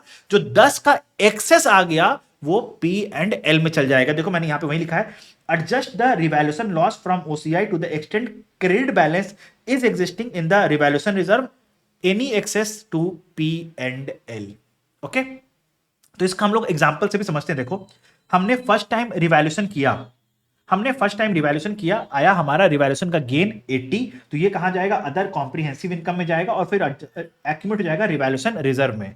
ओके, नाउ फिर हमने रिवैल्यूएशन किया और 40 का रिवैल्यूएशन गेन आया, तो ये कहां जाएगा? अदर कॉम्प्रिहेंसिव इनकम में जाएगा और एक्यूमुलेट हो जाएगा रिवैल्यूएशन रिजर्व में। अब बताओ हमारे रिवैल्यूएशन रिजर्व में यहां बैलेंस कितना हो गया? 80 प्लस 40 इज 120। अब यहां पे हमारा रिवैल्यूएशन का नुकसान हो गया 150 का, तो हम लोग क्या करेंगे? रिवैल्यूएशन रिजर्व से एडजस्ट कर देंगे 120 का, लेकिन उससे ऊपर कितना आ गया? 30, तो ये कहां जाएगा? ये जाएगा पी एंड एल में। Okay, clear everyone? Now similarly अगर हम लोग लॉस का बात करें, तो हमने फर्स्ट टाइम रिवैल्यूएशन किया और रिवैल्यूएशन का नुकसान आ गया, तो वो गया कहां? P and L. क्यों? क्योंकि कोई रिवैल्यूएशन रिजर्व था ही नहीं उसका। सेकेंड टाइम हमने सब्सिक्वेंटली फिर से रिवैल्यू किया और फिर से नुकसान आ गया, तो वो कहां जाएगा? अगेन पी एंड एल, क्योंकि रिवैल्यूएशन रिजर्व तो कुछ बना ही नहीं उसका, तो नुकसान कहां चल जाएगा? P and L. लेकिन लेट सपोज सब्सिक्वेंटली हमारा रिवैल्यूएशन का गेन आया, तो अब स्टैंडर्ड क्या बोलता है? यहां पे सुनना, बहुत इंपॉर्टेंट पॉइंट है। बोला देखो रिवैल्यूएशन गेन लॉस का एक्चुअल जगह अदर कॉम्प्रिहेंसिव इनकम में ही है, पी एंड एल में नहीं है। लेकिन अगर ये पी एंड एल में चला गया है, अगर रिवैल्यूएशन का लॉस हमने पी एंड एल में डाला है और सब्सिक्वेंटली हमें रिवैल्यूएशन का गेन हो गया, तो पता है उस गेन को हम लोग अदर कॉम्प्रिहेंसिव इनकम में रिकॉर्ड नहीं करेंगे। क्यों? क्यों बोले? क्योंकि अगर लॉस पी एंड एल में गया है तो हमें पी एंड एल को सेट ऑफ करना पड़ेगा। तो जितना रिवैल्यूएशन का लॉस पी एंड एल में गया, उतना अमाउंट का रिवैल्यूएशन का गेन भी पी एंड एल में डालेंगे, ताकि पी एंड एल से इंपैक्ट खत्म हो जाए, ओके। नाउ अगर उसके ऊपर रिवैल्यूएशन का गेन कुछ और आ रहा है, तो वो अदर कॉम्प्रिहेंसिव इनकम में आएगा। जैसे एग्जांपल देखो, यहां पे आपको रिवैल्यूएशन का यहां पे नुकसान हो गया 80 का, तो ये कहां जाएगा? P and L. फिर से आपको रिवैल्यूएशन का नुकसान हो गया कितना का? 40 का, तो ये कहां चल जाएगा? P and L. लेकिन अब आपको रिवैल्यूएशन का गेन हो गया 150 का, तो अब आपको यहां पे क्या समझना पड़ेगा? क्योंकि 120 का लॉस पी एंड एल में गया था और रिवैल्यूएशन गेन लॉस का घर पी एंड एल नहीं, अदर कॉम्प्रिहेंसिव इनकम है, तो अगर पी एंड एल में गया है तो पी एंड एल को हमें इंपैक्ट को नलिफाई करने के लिए रिवैल्यूएशन का गेन भी उतना 120 तक का पी एंड एल में भेजना पड़ेगा। तो इसमें 120 का गेन को हम लोग पी एंड एल में भेजेंगे। अब एक्सेस कितना बचा? 30, तो उस 30 को हम लोग ओसीआई में रिकॉर्ड करके रिवैल्यूएशन रिजर्व में एक्यूमुलेट कर लेंगे। I believe it is very much clear to all of you. तो एक बात यहां पे समझो, entity can not net off revaluation gain और loss of different assets even if they belong to the same class of asset. नहीं कर सकती एंटिटी।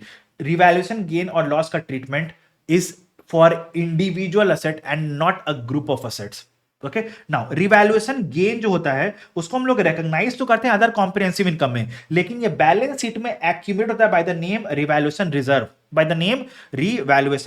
आई बिलीव ये वाला पॉइंट आपको क्लियर है।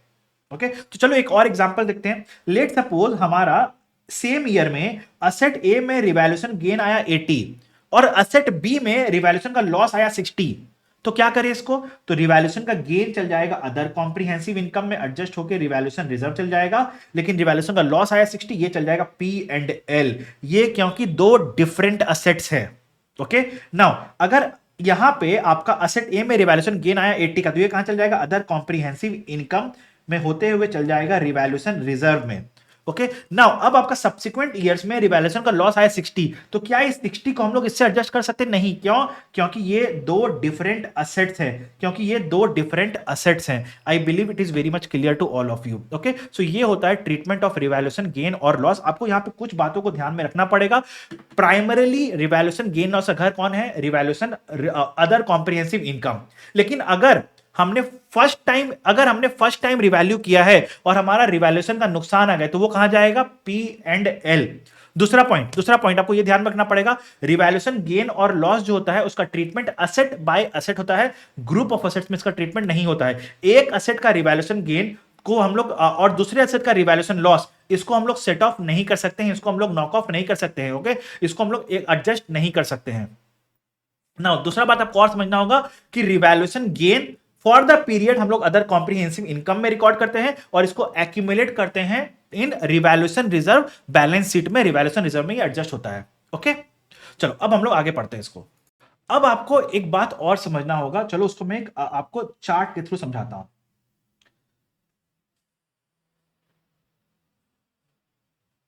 रिवैल्यूएशन गेन और लॉस जो होता है आपका, रिवैल्यूएशन गेन और लॉस, तो फॉर द पीरियड हम लोग इसको रिकॉर्ड करते हैं अदर कॉम्प्रिहेंसिव इनकम में। नाउ उसके बाद ये एक्यूमुलेट होता है आपका revaluation reserve in balance sheet में एक्यूमुलेट होता है।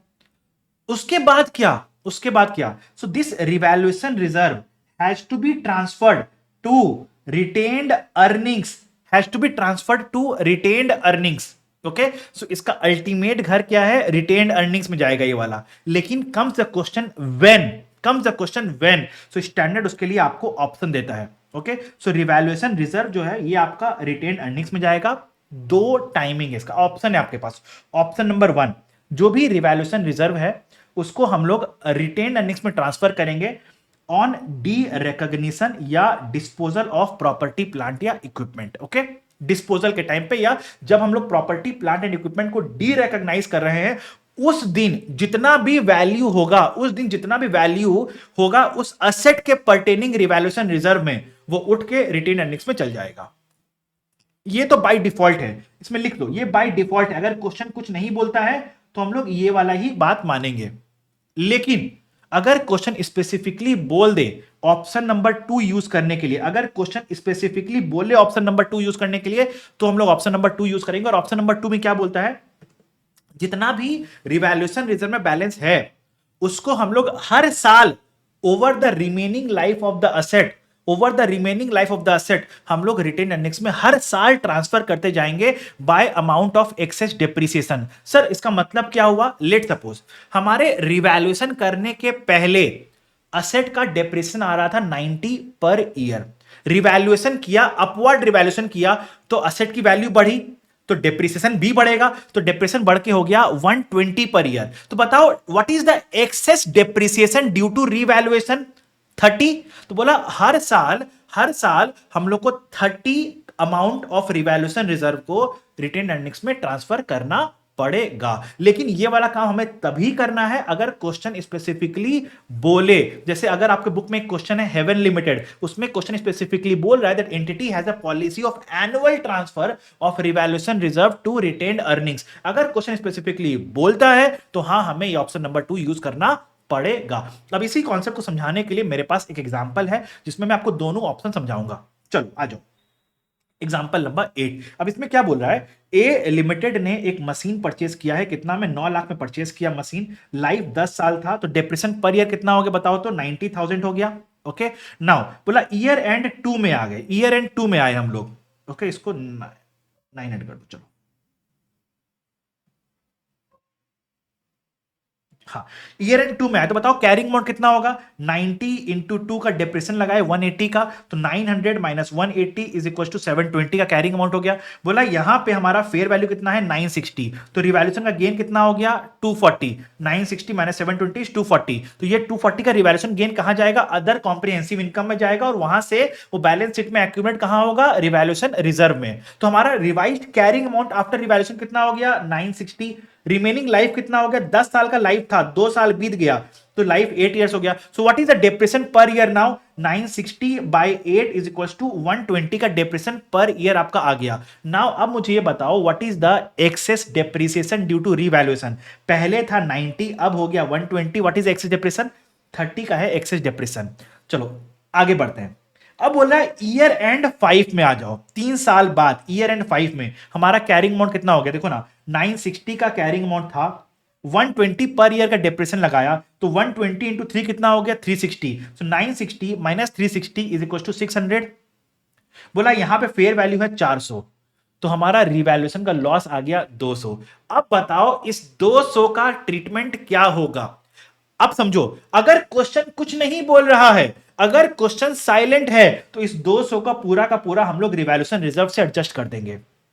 लेकिन अगर क्वेश्चन बोल दिया कि entity has a policy of annual transfer of revaluation reserve, तो क्या करेंगे, तो हम लोग को देखना पड़ेगा कि एनुअल ट्रांसफर किया हुआ कितना अमाउंट का 30 का, एनुअल ट्रांसफर किया हुआ कितना का 30 का, 30 इंटू 3 साल का किया होगा 90 का ट्रांसफर कर दिया होगा। सो हमारे रिवैल्यूएशन रिजर्व में बैलेंस कितना बचा होगा ईयर एंड 5 पे, 240 का क्रिएट किए थे, 30 ट्रांसफर किए पर साल 3 साल तक, तो बैलेंस बचा 150 का, और हमारा रिवैल्यूएशन का लॉस कितना हुआ था 200 का। तो हमारे एडजस्ट करने के लिए तो रिवैल्यूएशन रिजर्व में बैलेंस ही नहीं है पूरा, तो क्या करेंगे, adjust revaluation loss of 150 with revaluation reserve and any excess that is 50 जो हो गया उसको पीएनएल में डालना पड़ेगा। तो ये वाला पॉइंट आपको ध्यान से देख के समझना, ओके। ये वाला वेरी वेरी इंपॉर्टेंट पॉइंट है। इसका सेम एक क्वेश्चन है हेवन लिमिटेड, और हेवन लिमिट जब भी मैंने टेस्ट में क्वेश्चन पूछा है, आपने गलती किया है, आपने गलती किया है वहां पे, तो इस बात को थोड़ा सहूलियत से, थोड़ा आसानी से देख के समझ के चलना, ओके।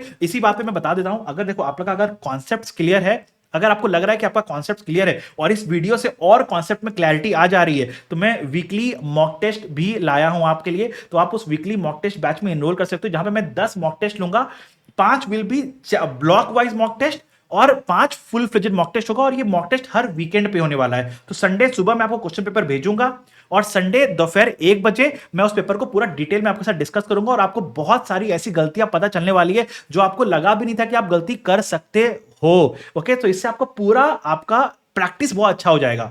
अगर आपको लगता है कि नहीं नहीं सर हमें और बहुत सारे क्वेश्चंस की भी प्रैक्टिस करनी है और कॉन्सेप्ट्स को थोड़ा और डेप्थ में समझना है, तो मेरे लिए पास और ला रहा हूं एक क्रैश कोर्स ला रहा हूं एफआर का, जिसमें 80 आवर्स में पूरा एफआर रिवाइज कराने वाला हूं, पूरा एफआर रिवाइज होने वाला है, ओके। तो उसमें सिर्फ 10 दिन पढ़ेंगे और हर दिन 8-8 घंटा करके पढ़ने वाले हैं, ओके।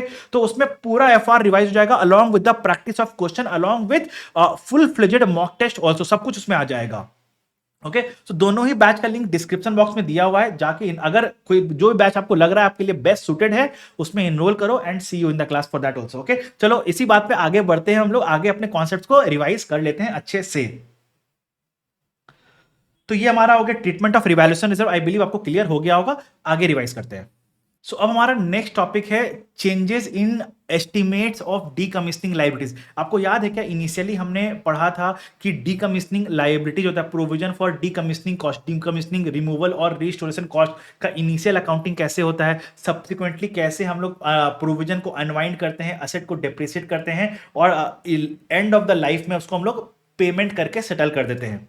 लेकिन इसी बीच में हो सकता है कि आपका एस्टिमेट्स चेंज हो जाए, तो जब आपका एस्टिमेट्स चेंज होगा तो उसका अकाउंटिंग कैसे करेंगे, हमें अब वो समझना है। तो अब हमारा नेक्स्ट टॉपिक है चेंजेस इन डीकमिशनिंग लायबिलिटीज। अब इसका ट्रीटमेंट डिफरेंट होता है अगर आपका असेट कॉस्ट मॉडल पे है या अगर आपका असेट रीवैल्यूएशन मॉडल पे, तो आपका ट्रीटमेंट दोनों का डिफरेंट होता है, ओके। नाउ तो कैसे होगा इसका अकाउंटिंग, समझो एक बात समझो। पहला, अगर आपका एस्टिमेट्स चेंज होता है तो आप क्या करोगे, अपने प्रोविजन को या तो इंक्रीज करोगे या तो प्रोविजन को डिक्रीज करोगे, राइट ना। उसका करस्पॉन्डिंग इंपैक्ट कहां जाता है, आइडियली असेट में जाएगा। तो अगर आपका असेट कॉस्ट मॉडल पे है, अगर आपका असेट कॉस्ट मॉडल पे है और आपका एस्टिमेट के हिसाब से प्रोविजन इंक्रीज होना चाहिए, तो प्रोविजन को इंक्रीज करो एंड करस्पॉन्डिंगली अपने असेट को भी उतना अमाउंट से इंक्रीज कर दो।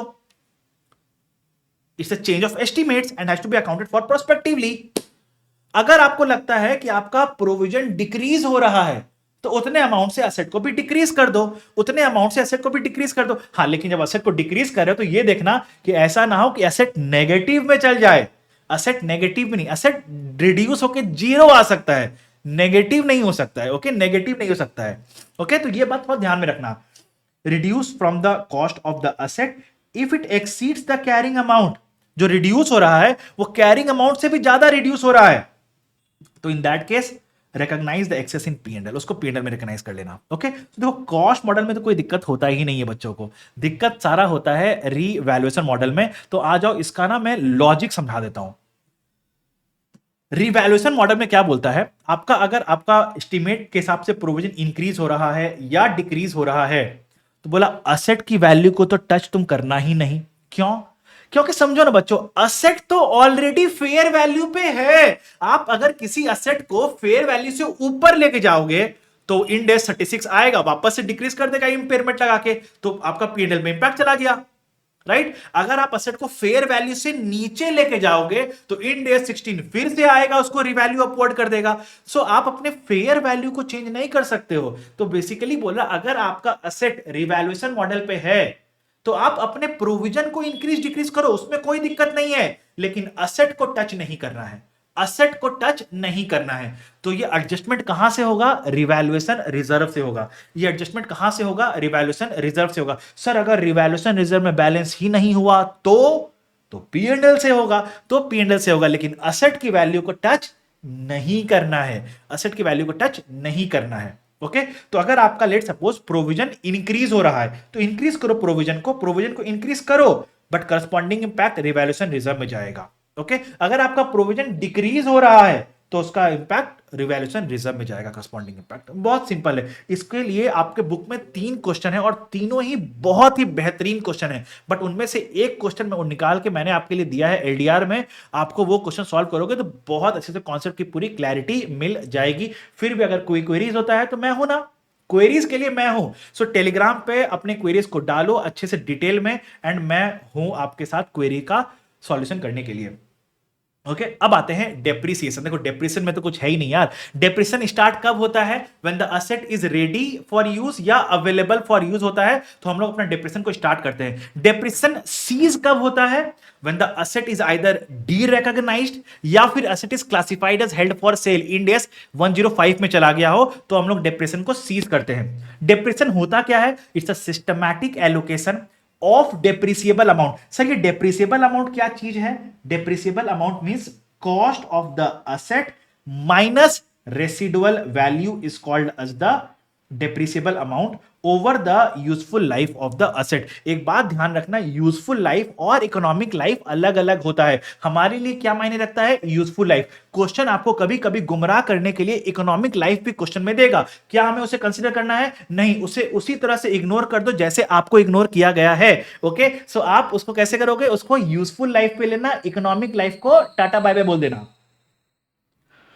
नाउ अब दूसरा चीज, अगर असेट हम लोग रिटायर कर दिए हैं फ्रॉम एक्टिव यूज, हम लोग असेट को यूज नहीं कर रहे हैं, साइड में रख दिए हैं, हम लोग असेट को यूज नहीं कर रहे हैं, साइड में रख दिए हैं, तो क्या उसको डेप्रिसिएट नहीं करें?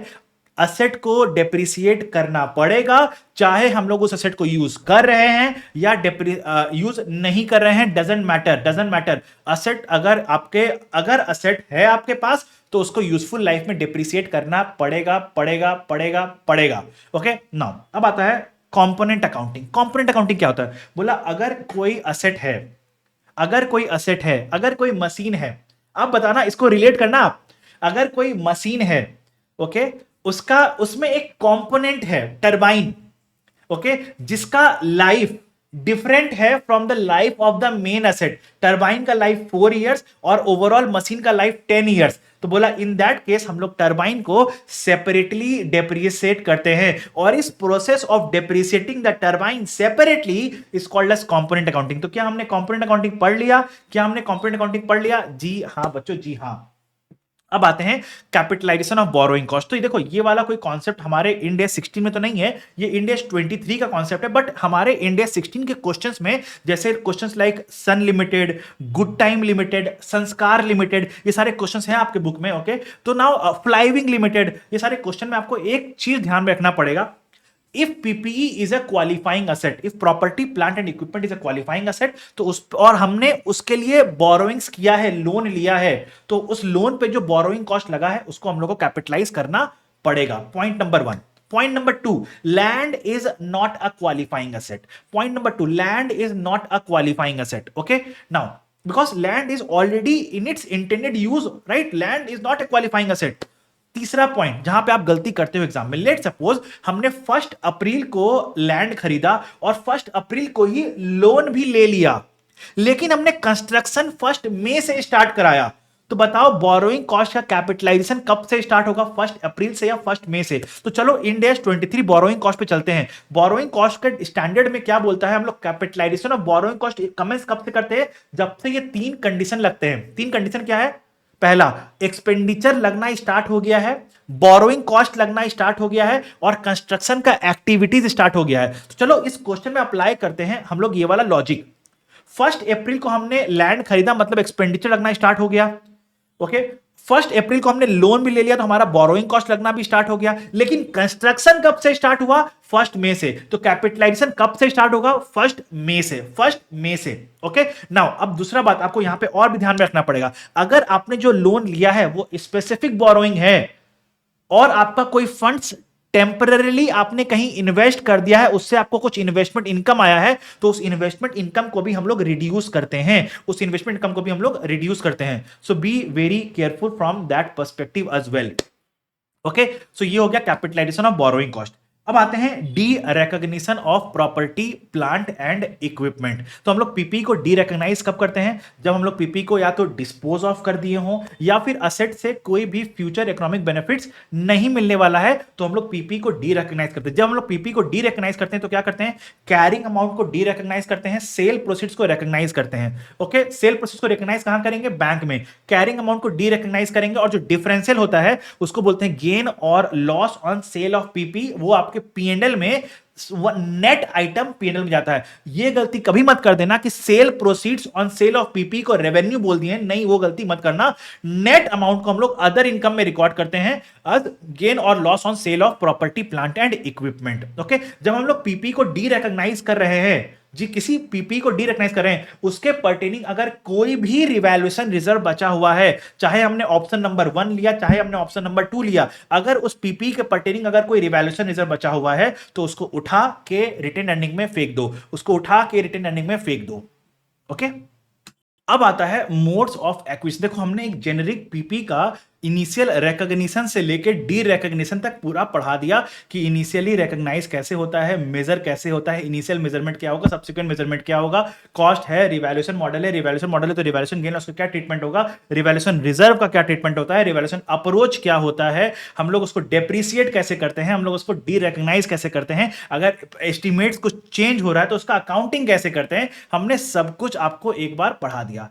अब आता है कि what are the different ways of acquiring an asset. Okay, तो परचेज किया तो वो हमने डिस्कस कर लिया ऑलरेडी।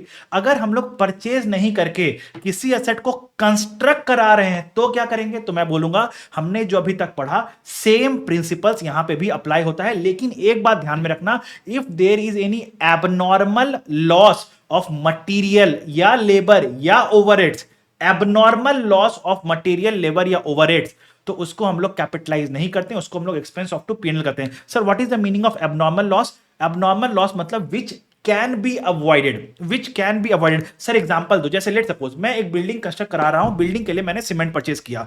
अब सीमेंट का जो बैग्स होता है उसको लाने ले जाने में थोड़ा सीमेंट गिरता है, that is a normal loss which can not be avoided, हम लोग उसको अवॉइड नहीं कर सकते हैं। बोला उसका लॉस हम लोग कैपिटलाइज करते हैं, नॉर्मल लॉस का कोई दिक्कत नहीं, वो कैपिटलाइज होगा। लेकिन लेट सपोज सीमेंट का बैग जो था उसको हमने ओपन में रख दिया, बारात को बारिश आई, सीमेंट बह के निकल गया पूरा, this could have been avoided. बोला ये वाला लॉस हम लोग कैपिटलाइज नहीं करने देंगे।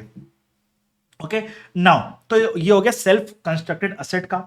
अब आता है डेफर्ड पेमेंट टर्म्स। मैंने पढ़ाया था फाइनेंस कॉस्ट को हम लोग कैपिटलाइज नहीं करते हैं, तो इसमें क्या बोलते हैं, अगर डेफर्ड पेमेंट टर्म्स में हम लोग असेट को कैपिटलाइज किस प्राइस पे करते हैं? At the cash equivalent price. मतलब अगर हम लोग आज कैश देके असेट को परचेज करते तो किस प्राइस में मेरे को असेट मिलता। लेट सपोज हमने एक असेट एक लैपटॉप लिया जिसका दाम था 50,000 रुपया, बट मैंने ईएमआई पे लिया, तो ईएमआई कितना का था मेरा? ईएमआई था मेरा लेट सपोज 25,000 का, नॉट 20,000, 30,000 का 2 ईएमआई था मेरा, 30,000 का 2 ईएमआई था, तो मैंने कितना दिया? 60,000, बट कैश इक्विवेलेंट प्राइस कितना था? 50,000। तो जो 10,000 है उसको बोलते हैं finance cost. Will this finance cost be capitalised? No, it will be transfer to PNL, it will be recognised in PNL as finance cost. हम लोग अपने लैपटॉप को कितने वैल्यू पे रिकॉग्नाइज करेंगे? Cash equivalent price, that is 50,000।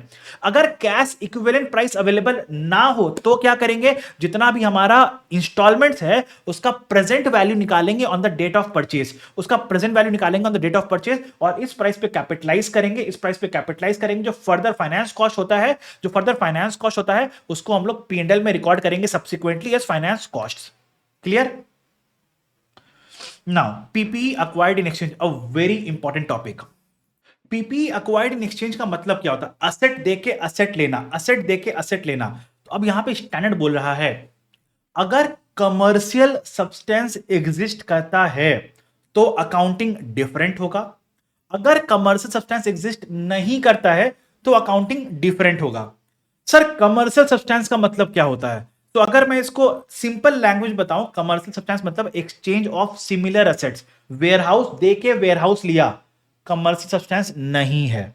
Okay, land देके private jet लिया, commercial substance है यहां पे। ओके, एक सिंपल लैंग्वेज में इतना से बोलता हूं, if it is an exchange of similar items between entities in the similar nature of business, तो commercial substance does not exist. Okay, rest all cases में कमर्शियल सब्सटेंस एग्जिस्ट करता है। तो अब अगर कमर्शियल सब्सटेंस एग्जिस्ट करता है तो उसका अकाउंटिंग कैसे होगा? बोला सबसे पहले हम लोग उसको अकाउंटिंग कैसे करेंगे?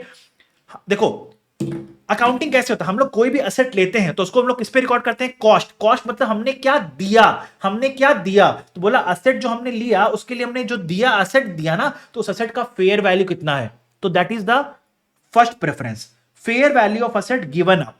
बोला अगर fair value of asset given up नहीं मालूम है तो रिकॉर्ड कर लो at fair value of asset received. अगर बोला दोनों ही फेयर वैल्यू नहीं मालूम है तो रिकॉर्ड कर लो at carrying amount of asset given up. Okay, तो ये इन ऑर्डर ऑफ प्रेफरेंस लिखा हुआ है, प्रेफरेंस 1, प्रेफरेंस 2, प्रेफरेंस 3। ओके, बोला अगर कमर्शियल सब्सटेंस एग्जिस्ट नहीं करता है तो रिकॉर्ड कर लो at carrying amount of asset given up. Okay, तो अब मैंने क्या किया, इसको 4 केस में डिवाइड कर दिया है, चारों केस डिस्कस करते हैं, आ जाओ। Case number 1, commercial substance exist करता है और fair value of asset given up is available. तो अब समझो बात को, हम लोग जो एसेट हमें मिला है, जो हमें एसेट मिला है उसको हम लोग किस पे रिकॉर्ड करेंगे? Fair value of asset given up. जो हमने एसेट दिया या फिर हमने कुछ एसेट तो दिया ही, साथ में कुछ रोकड़ा भी दिया, कैश भी दिया, तो जितना एसेट दिया प्लस जो रोकड़ा दिया दोनों को ऐड करके हम लोग रिकॉर्ड करेंगे एसेट रिसीव्ड पे। ओके, नाउ जो एसेट गिवन अप, हमने एसेट दे दिया, डी रिकॉग्नाइज करेंगे। तो हम लोग अगर किसी चीज को डी रिकॉग्नाइज करते हैं तो किस वैल्यू पे करेंगे? Carrying amount of asset given up. अगर हमने कुछ रोकड़ा कैश में दिया है तो उसको अमाउंट पेड, जितना भी अमाउंट पे किया हमने, राइट, जितना बैलेंसिंग फिगर वो कहां चल जाएगा? पी एंड एल में चल जाएगा, पी एंड एल में चल जाएगा वो, ठीक है। Now case B, fair value of asset given up available नहीं था, fair value of asset given up available नहीं था, तो क्या करेंगे? तो हम लोग रिकॉर्ड करते हैं fair value of asset received पे। लेकिन अब एक बात ध्यान रखना, हमने डायनेमिक्स चेंज कर दिया, हम लोग अब कॉस्ट पे रिकॉर्ड नहीं कर रहे हैं। देखो कॉस्ट क्या था? Given up. हम लोग क्या गिवन अप पे रिकॉर्ड कर रहे हैं? नहीं, हम लोग fair value of asset received पे रिकॉर्ड कर रहे हैं, राइट। तो यहां पे fair value of asset received आएगा, तो एक बात आपको ध्यान में रखना होगा, यहां पे प्लस माइनस बैंक नहीं करना होगा आपको, प्लस माइनस बैंक नहीं करना है, ये बात ध्यान में रखना। ये गलती हर बच्चे करते हैं एग्जाम में, मैंने क्वेश्चन में थोड़ा सा ट्वीक किया था और बच्चे ने गलती किया था यहां पे। तो यहां पे प्लस माइनस बैंक नहीं होगा। जब जब आप एसेट गिवन अप ले रहे हो ना, जब जब आप value of asset given up ले रहे हो तो ही आपको प्लस माइनस बैंक करना है, अदरवाइज नहीं करना है, अदरवाइज नहीं करना है, अदरवाइज नहीं करना है।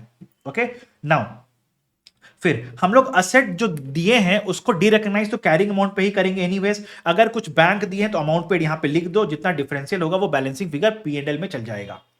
बोला अगर दोनों में से कोई भी फेयर वैल्यू ना अवेलेबल हो, ना fair value of asset given up ना fair value of asset received, दोनों ही फेयर वैल्यू अवेलेबल ना हो, तो क्या करेंगे? हम लोग carrying amount of asset given up पे रिकॉर्ड कर देंगे, तो कोई गेन लॉस नहीं होगा, कोई गेन लॉस नहीं होगा। अगर कमर्शियल सब्सटेंस ही एग्जिस्ट नहीं करता है तो क्या करेंगे? तो भी हम लोग carrying amount of asset given up पे ही रिकॉर्ड कर देंगे, ठीक है। कोई गेन लॉस नहीं होगा, कोई गेन लॉस नहीं होगा। तो इसके लिए आपके पास 2 क्वेश्चन है, एक होगा वेयर हाउस का एक्सचेंज वाला, एक होगा प्राइवेट जेट और लैंड के एक्सचेंज वाला, राइट। दोनों ही क्वेश्चन बहुत इंपॉर्टेंट है, आपको सारा केसेस समझ में आ जाएगा उससे। ओके, चलो तो ये हो गया। अब हम लोग चल रहे हैं कुछ स्पेशल केसेस में। स्पेशल केसेस में क्या है? Incidental operations. पहला पॉइंट, ये इंसिडेंटल ऑपरेशंस क्या है? लेट्स समझो, बोला हम लोग को मेरा टारगेट था, मेरे को एक शॉपिंग मॉल बनाना है, और जब तक शॉपिंग मॉल बन रहा था तो मेरा स्पेस थोड़ा खाली था, मैंने उसको कार पार्किंग बना दिया, और कार पार्किंग से मेरे को इनकम आने लगा। बोला क्या मेरा इंटेंट कार पार्किंग बनाने का था? नहीं, नहीं। तो बोला कार पार्किंग बनाने के लिए जो भी खर्चा लगा और जो भी उससे इनकम आ रहा है ये कैपिटलाइज नहीं होगा, ये पूरा का पूरा income and cost both will be recognised in P and L. Enabler assets क्या होता है? बोला इनेबलर एसेट्स ऐसा होता है जो मेन जो जिससे मेरे को कोई इकोनॉमिक बेनिफिट्स नहीं है। इनेबलर एसेट ऐसा होता है जिससे मेरे को कोई इकोनॉमिक बेनिफिट्स नहीं है, लेकिन this enables the main asset to generate economic benefit. This enables the main asset to generate economic benefit. तो बोला इसको हम लोग कैपिटलाइज करते हैं कॉस्ट से। एग्जांपल देखो, लेट सपोज ताजमहल आगरा में है और आगरा में लेट सपोज एक लॉ पास हुआ कि जो भी फैक्ट्री ताजमहल के 10 किलोमीटर के रेंज में है उन सबको अपने फैक्ट्री के चिमनी में एक फिल्टर लगाना पड़ेगा और फिल्टर का इतना इतना कॉस्ट होता है। एक बात बताओ, अगर वो फिल्टर मैं अपने चिमनी में लगाता हूं तो क्या उससे मेरे को कोई इकोनॉमिक बेनिफिट है? नहीं, नहीं, मेरे को कोई इकोनॉमिक बेनिफिट नहीं उससे। क्या मेरा रेवेन्यू बढ़ जाएगा? नहीं, मेरा रेवेन्यू नहीं बढ़ेगा। लेकिन अगर मैं फिल्टर ना लगाऊं तो मैं फैक्ट्री में काम भी नहीं कर पाऊंगा, right? So this filter enables a factory to be operated, hence इसको हम लोग को कैपिटलाइज करना पड़ेगा। लेट सपोज टाटा एक गांव में जाके अपनी फैक्ट्री खोल रही है, ओके अब उस गांव में फैक्ट्री खोलने के लिए उसका रोड इतना गंदा है कि वहां पे काम ही नहीं हो पाएगा, right? Transportation will very difficult, right? तो अब उस अपने फैक्ट्री के ऑपरेशंस को स्मूथ करने के लिए वो गांव का रोड बनवाती है। बताओ, गांव के रोड बनवाने से क्या मेरे को इकोनॉमिक बेनिफिट है? नहीं। मेरा रेवेन्यू बढ़ेगा कि नहीं? लेकिन it enables the factory to be operated in a smooth manner, right? So it is an enabler asset and it has to be capitalized as a to the cost of the asset. Now, spare parts, standby equipment and servicing equipment. बोला अगर ये PPE के definition को satisfy कर देते हैं तो property plant and equipment recognise कर लेंगे, अदरवाइज ये मेरा इन्वेंट्री बन जाएगा। Now compensation on damage of asset. बोला अगर मेरा असेट डैमेज हो गया है और उससे मेरे को कंपनसेशन मिल रहा है इंश्योरेंस कंपनी से, तो उस इंश्योरेंस कंपनी से जो मेरे को कंपनसेशन मिलने वाला है उसको हम लोग पी एंड एल में रिकॉग्नाइज करेंगे when the compensation becomes receivable, when the compensation becomes receivable. अगर हमें असेट के पर्टेनिंग कोई गवर्नमेंट ग्रांट मिला है तो उस गवर्नमेंट ग्रांट का अकाउंटिंग इंड एस 20 अपने में कवर करेगा। डिस्क्लोजर रिक्वायरमेंट्स, हमें डिस्क्लोज क्या करना पड़ता है? मेजरमेंट का basis, method of depreciation, useful life of the asset, reconciliation between the opening gross block, additions कितने हुए, डिलीशंस कितने हुए, क्लोजिंग ग्रॉस ब्लॉक कितना है, राइट? रिवैल्यूएशंस कितना किया गया, ओपनिंग एक्डेप कितना था, डेप्रिसिएशन इस साल का कितना हुआ, क्लोजिंग एक्डेप क्या है, नेट ब्लॉक क्या है, कोई रिस्ट्रिक्शंस है क्या यूज पे, सारे हमने डिस्क्लोज करना पड़ता है। तो ये हमारा यहां तक पॉइंट था। अब मैंने क्या किया आपके लिए, आपके ईज के लिए कौन कौन सा कॉस्ट इनिशियल मेजरमेंट के टाइम कैपिटलाइज होता है और कौन कौन सा कॉस्ट कैपिटलाइज नहीं होता है उसका मैंने एक ट्रैकर बना के आपको दे दिया है। तो इससे आपके लिए चीजें बहुत आसान हो जाएगी। आई बिलीव ये सेशन आपको बहुत हेल्प किया होगा। Definitely give your comments in the feedback, और आपको एफआर में कोई भी हेल्प चाहिए ना, please do right in the comment box, so that मैं आपको आपके मे 25 की जर्नी में जितना मदद चाहिए मैं सब कर पाऊं आपको, and you will come as a CA in May 25। Okay, thank you guys, bye bye.